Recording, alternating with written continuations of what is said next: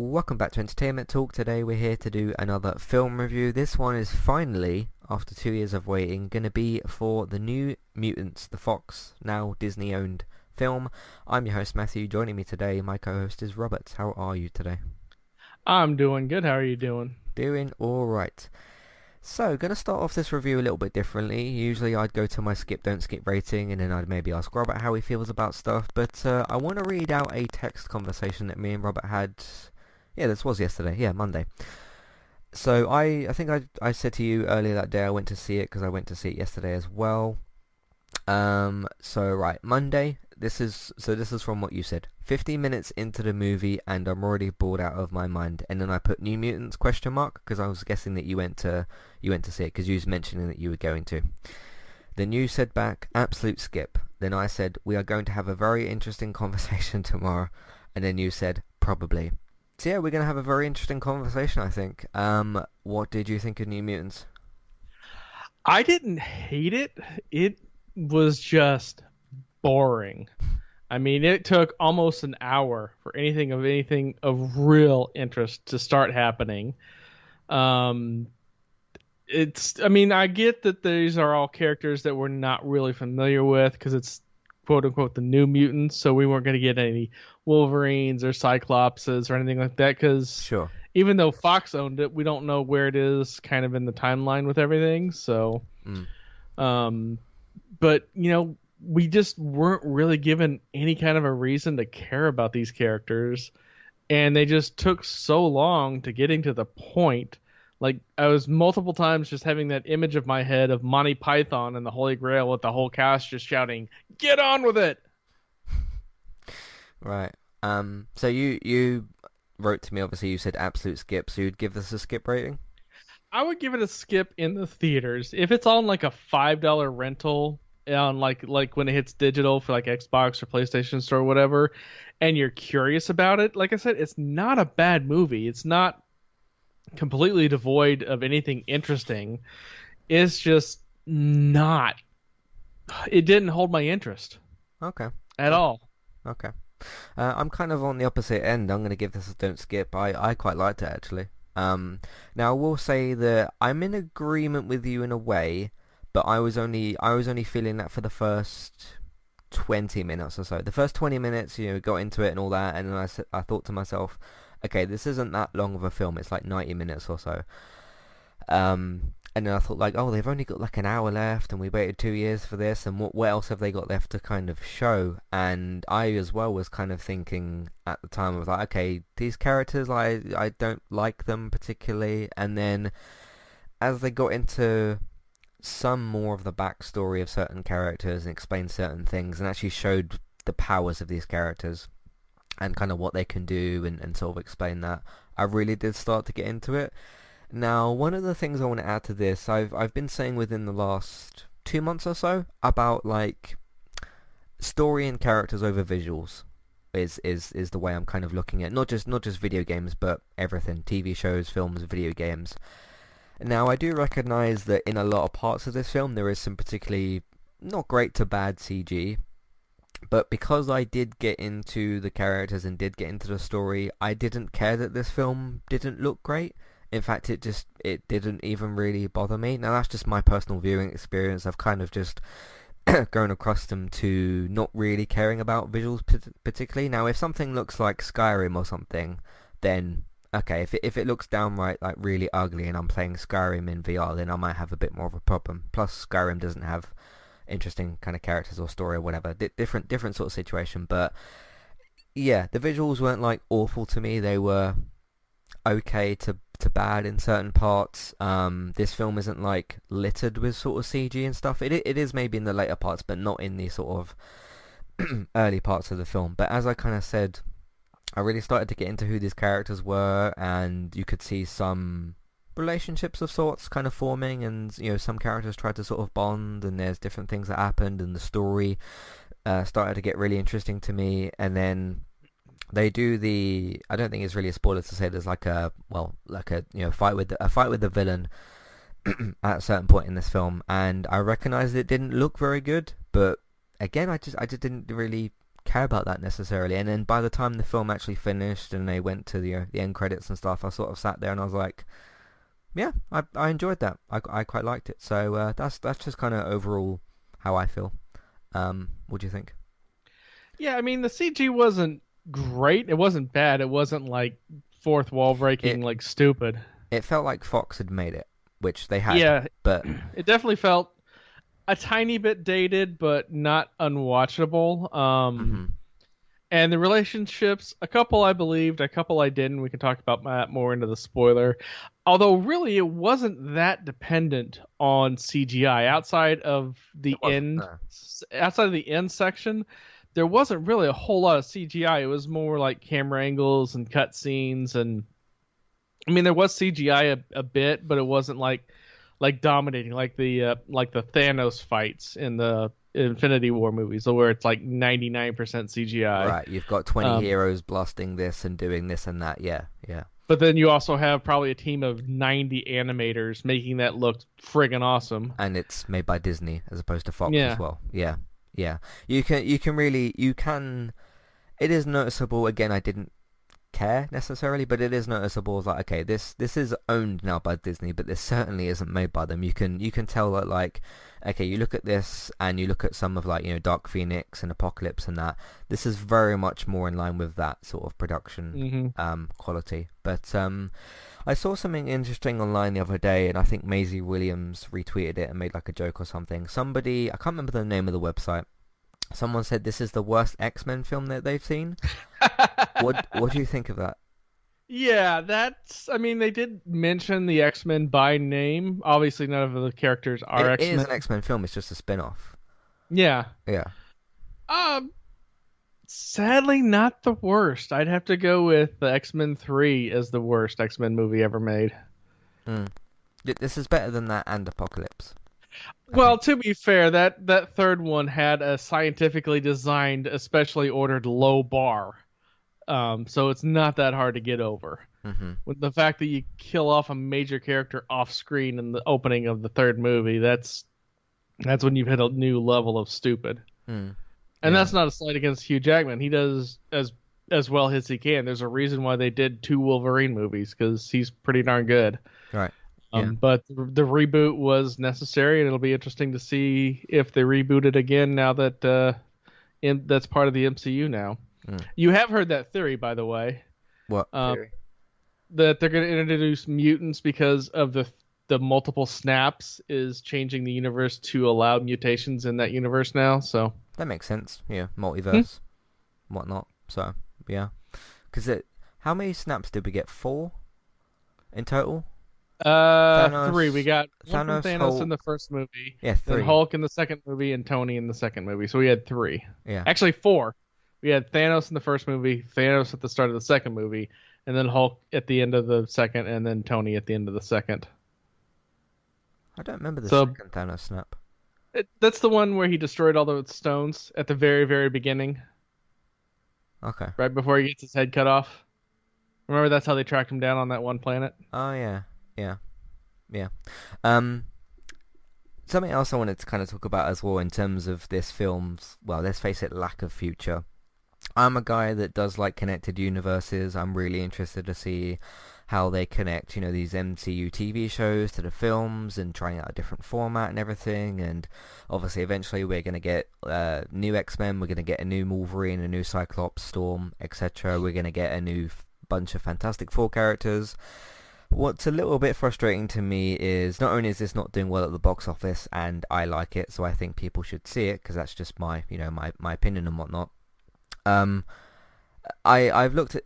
You can clearly tell that there was more planned here. Like there's obviously a trilogy of this planned, and I think I did hear that that was a possibility at some point. But with the film's delays and then it's switching to to a different studio because it's now owned by Disney instead of Fox. Well, it's owned by Fox, but Disney owned Fox, so technically Disney just owns it anyway. I would have quite been interested in seeing like, okay, what about if you, I don't know, like, because this is more of like a horror film and that sort of thing, so you couldn't quite put it in the MCU directly, but what about if you did, I don't know, like something with it on Hulu maybe, or because that's obviously where Disney allows them more. adult stuff as opposed to Disney Plus. If you could have found some loose way of not directly connecting this to the MCU, I'm not saying that like Spider-Man should hop in and be with these characters or whatever, or Doctor Strange should interact with these characters and whatever, but some sort of like maybe side MCU story, a bit like what they're kind of doing with the Spider-Man, Morbius, Vulture, that sort of thing. But we're probably never going to see these characters again, which does disappoint me a bit because I did grow to like them, as I said earlier. But I would have been interested in seeing like, okay, could you do like a sequel to this? Could you maybe have some small ties to like the MCU in some way, or at least just some sort of sequel? But yeah, do you think we're ever going to see these characters again? Because it's quite unlikely, I think. Probably not, which is a shame. Yeah. Maisie Williams' character of Rain Sinclair, she was a little flat, not completely one-dimensional, but was interesting enough that I wouldn't mind learning more about her. Blue Hunt's character, Danielle Moonstar, was definitely the character that was the most fleshed out, the most that we had the story on. Henry Zaga's Roberto da Costa, we knew next to nothing from him, and he was really kind of one-dimensional. It's kind of a bummer that Charlie Heaton was in that role because he's so good on Stranger Things that this was kind of like a step down for him. And then Anya Taylor-Joy's Ileana Rasputin, a little one-dimensional in the she's psycho range, but I could see possibly potential because like in the last bit of it, we got a little bit of info to like, oh, I wish I would have talked about this a little bit more earlier. Yeah, it's interesting with her character, Anya Taylor's character, because I really didn't like her the first 20 minutes. I was like, okay, get this character off the screen. Like, I didn't like her, but I did by the end of the film. So yeah, she was really unlikable at the start of the Yeah. film, and then kind of redeems herself a bit towards the end. I wouldn't say full, but not terrible. yeah, I liked all these characters by the end, like I've said. So anything else you got spoiler free? I pretty much talked about like my spoiler free opinions, what I wanted from the future of this, but what we're probably not going to get, which I've already settled on the idea that that's going to be the case. So Yeah, I that's about all free spoiler that I think we can talk about. cool. Let's go into a bit of a break here. We'll come back and then we'll talk about spoilers. But I'll give you one more spoiler warning. Hey there, I'm Aaron Holman, host of Eye to Eye, a weekly podcast talk show all about passion, I have this passion and this fire within me that burns brighter than the fire around me. flow, With performing, there's always a story to tell, whether it's my own or and not. creativity, I go, he's more than cute, he's creative. all with an LGBT twist. Make sure to check out Eye to Eye, that's EYE, number 2, letter I, and rate and subscribe on Apple Podcasts or wherever you listen in today.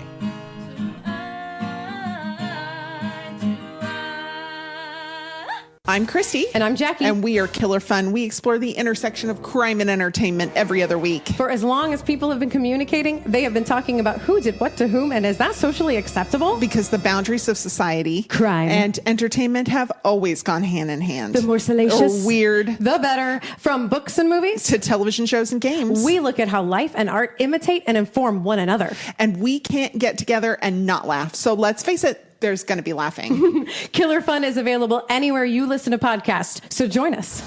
If you'd like to get started with a domain name and a website today, just click on the link in the show notes and that will take you over to Koalu to get started. They also have a live support chat system that you can use, which is in the bottom right hand corner. So get started with a new website and domain name today with Koalu.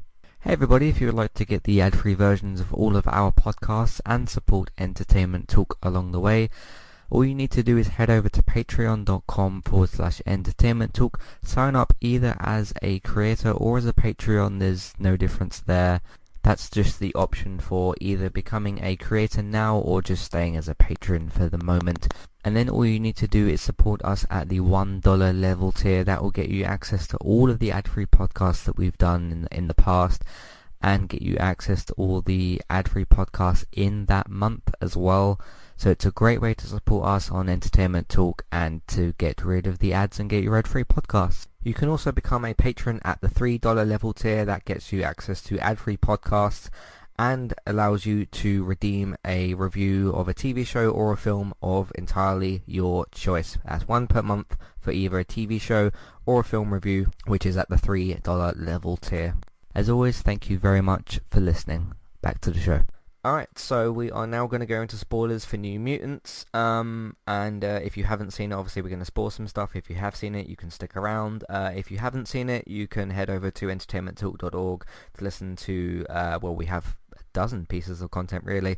You can check all that out. If you're listening on a podcast player, just go into that, press pause, go and see the film, which I'd recommend that you do. And then come back and press play, but listen to something else maybe in the meantime, because we're going to go into spoilers now for New Mutants. So, anything you want to talk about off the top, spoiler-wise? Well, tying back into Anya Taylor's character, Ileana Rasputin, the fact that, she had the magic to teleport in, that was very underutilized in the movie, and the fact that her little puppet dragon... The fact that her little puppet dragon became real life in the end CGI fight, I would have liked a little bit more on that. Yeah, again, probably what was going to be explored in future films. Yeah. So, the most fleshed, like I said in the spoiler-free part, the most fleshed out character was Danielle Moonstar, because we got to meet her father, we got to see the early part of what happened, and they kept revolving around that and her psychic abilities.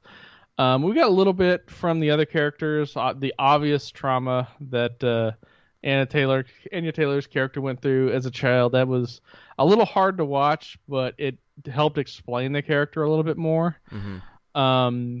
But yeah, I mean...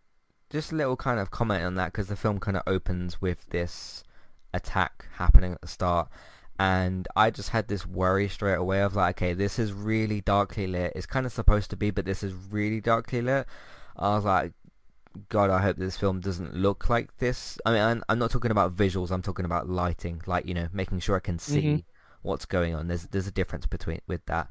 And we got into certain other scenes later where things were a little bit darkly lit. But when you open like that and you have like a little bit of shaky cam going on, and I can't quite see. I know I'm not supposed to really see what's going on, because it's supposed to be a mystery as to what's attacking her, but it helped me to kind of see a little bit better. But that kind of first impression from that didn't sort of set things right, I don't think.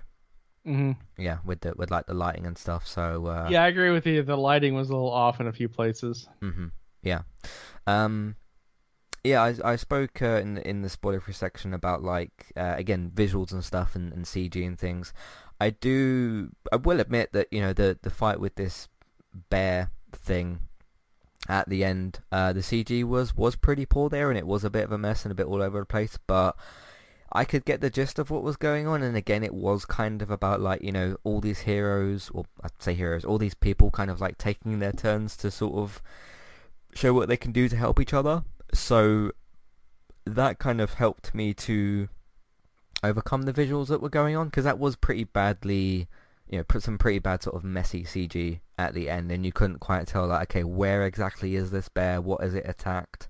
There's even a part where like it's attacking one of the characters, and I couldn't tell if like the character had been attacked or something. But once they'd kind of gotten past that a little bit, because I do think that fight cleans itself up as it sort of goes through. But again, you kind of see like one of the characters said to one of the other ones, I think it was Sam, who was asked to maybe sort of step up, and these characters were kind of calling out to each other, and you could see their abilities that were happening on screen. I thought that was really cool, like you said, with the little bird thing that sort of got summoned. I thought that was a really cool touch as well. So again, I liked the character moments in that final fight. I almost keep saying boss fight, but it's not a video game. So. Well, that's what I was getting ready to say, was that fight felt more like a video game fight of them playing characters than it was an actual them fighting it.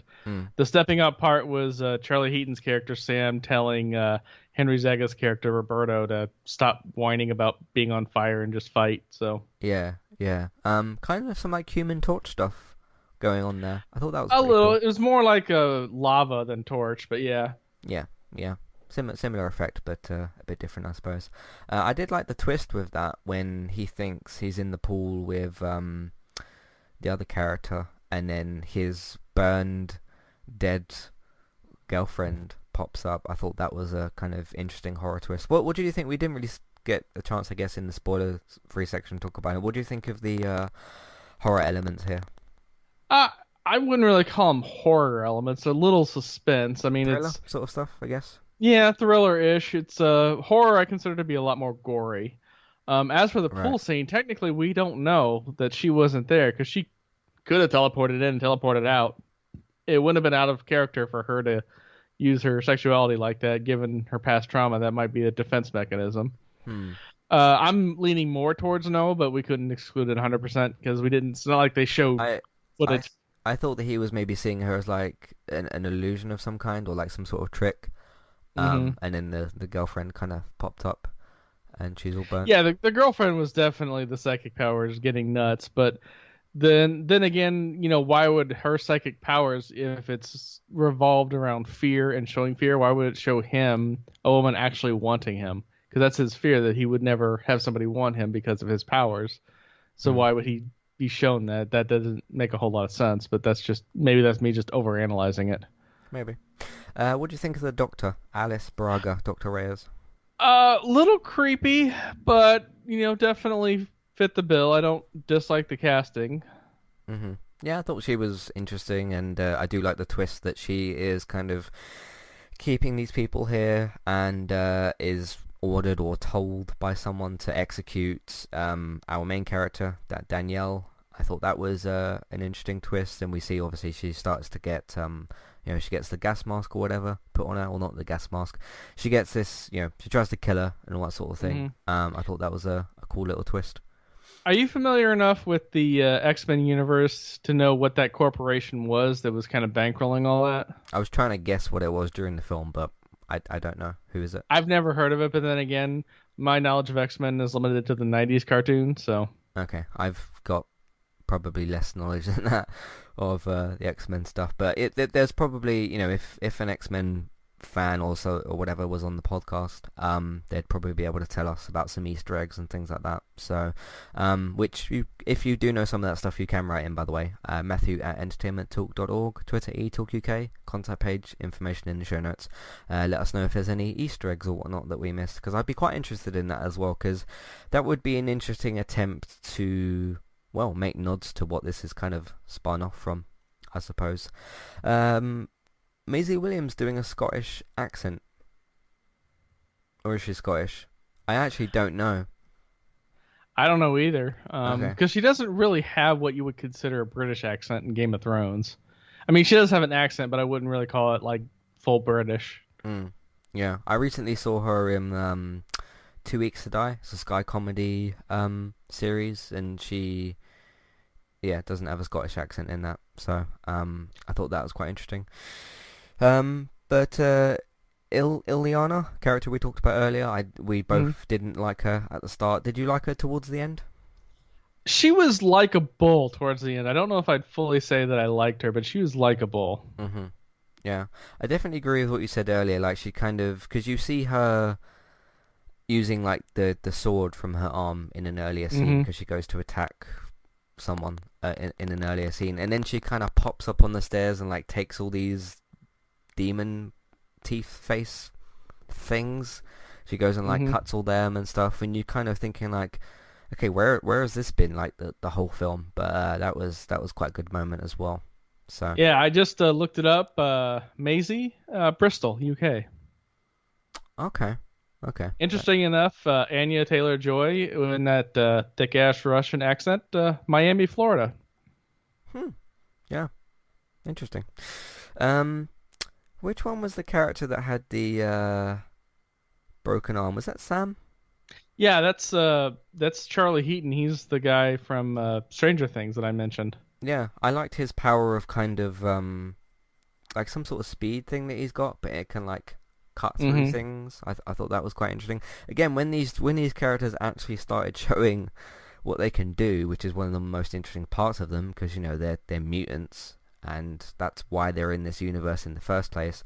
It started to really kind of click together for me.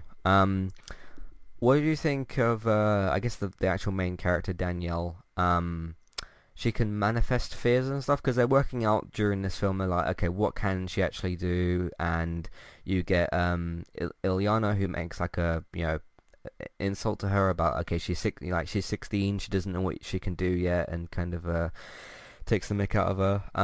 I thought that was quite interesting. That did explain certain things that were kind of going on during the film as well, which I thought was good. Yeah, it explained the not tornado that destroyed her area. It explained all the other stuff. So yeah, her powers were a little undefined, but in the sense that manifest fear, but to what level? So Mm. because we don't know if it's psychosomatic, if they just believe it so much that it's actually real, or if it's actually physically tangent. Because they could have just ended that with all that stuff not being destroyed, and they're like, oh, it's just all in our mind. Mm-hmm. So, I mean, I'm guessing that it's actually physically tangent because they did leave it at that, but you never know. That's something they could retcon easily enough.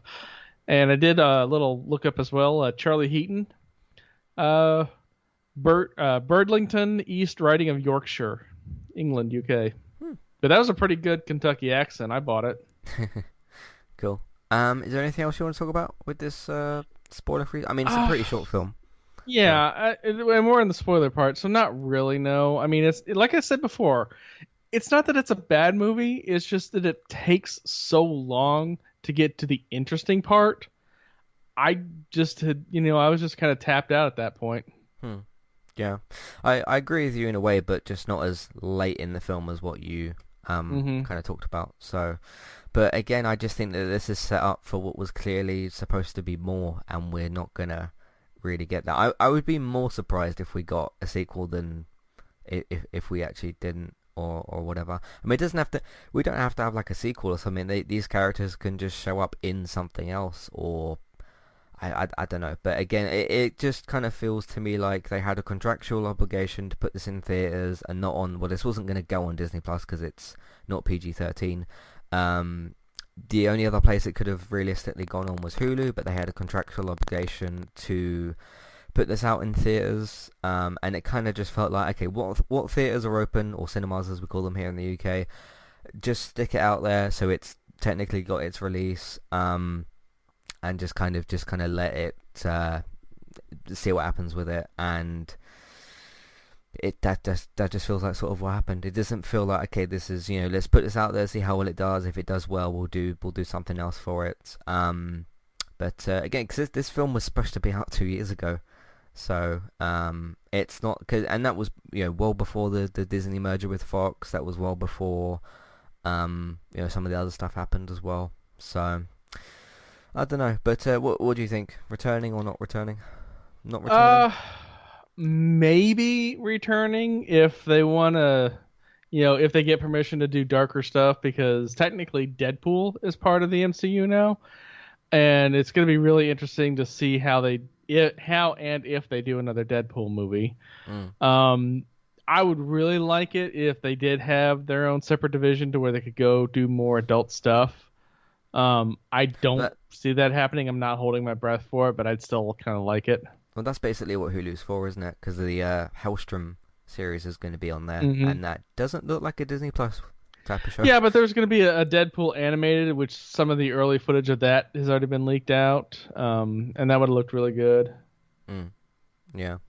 But even like, if they ever get the Defenders stuff up and going again with Daredevil and that will go on Hulu. There's no way that's an Disney Plus. Interesting thing. I forget, it was on like some random YouTube video that I was watching. The reason why you haven't heard anything about that is that part of their contract with Netflix is that it has to be idle for 5 years. Yeah. So once that 5 years is up, then they can bring it over to the MCU and get, at a minimum, get some of those characters in and maybe do more shows on Disney Plus with that. Well, it will be on Hulu, but yeah, on Hulu, but yeah. Basic, you know what I mean. Yeah. Which is, I mean, good for Disney in a way, because they got, if they're doing family-friendly stuff like Mandalorian or whatever, MCU TV shows, that goes on Disney Plus, and then if they're doing more darker stuff, like, Handmaid's Tale is on Hulu, if Disney's doing darker stuff than that, or they're doing Fox shows that they want to put on streaming services, they're going to pretty much go on there, so on the Hulu.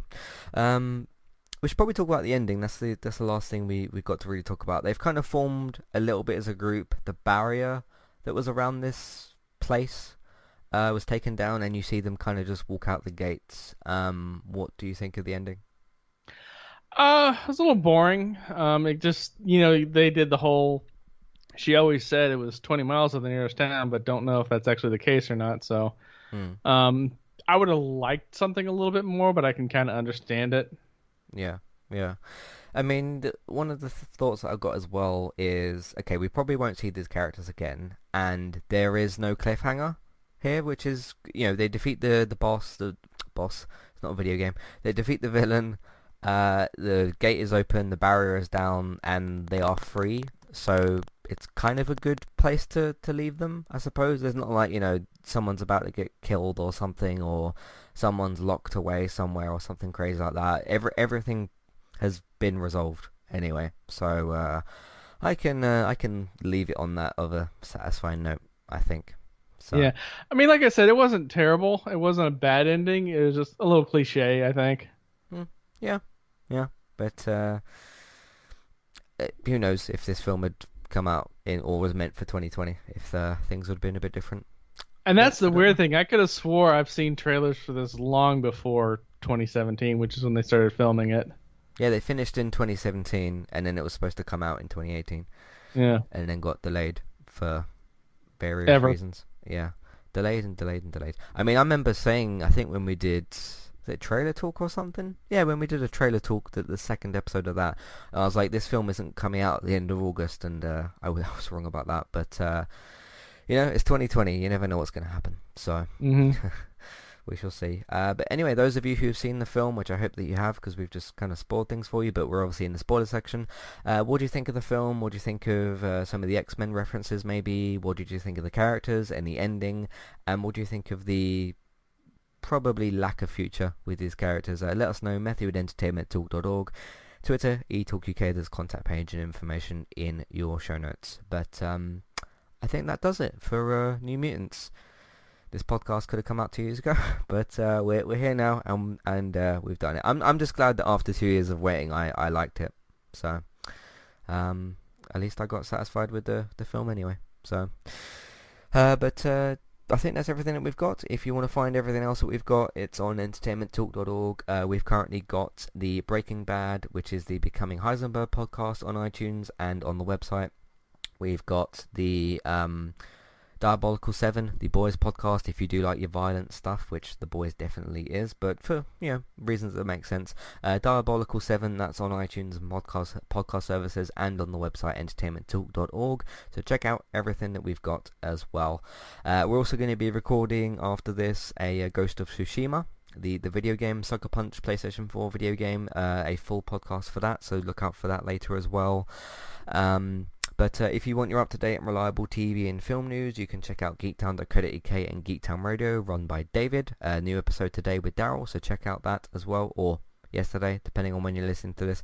This week's episode is out of Geektown Radio, so have a look out for that as well. Bex is streaming daily at the moment on Twitch, on Tristabytes, Trista, BYTES, at 1pm and 7pm UK time, for geeky chatter, gaming, and all sorts of fun stuff as well, so check her out over there. What is the other thing? Word of mouth. You can tell people that you know about the website and the iTunes feeds, social media, share them on Facebook and Twitter if you can do so, and put them in different Facebook groups if you can. Patreon, we're on there. You can check out the $1 and $3 level tiers for review, instant podcast and review options. Amazon affiliate link, we're on there.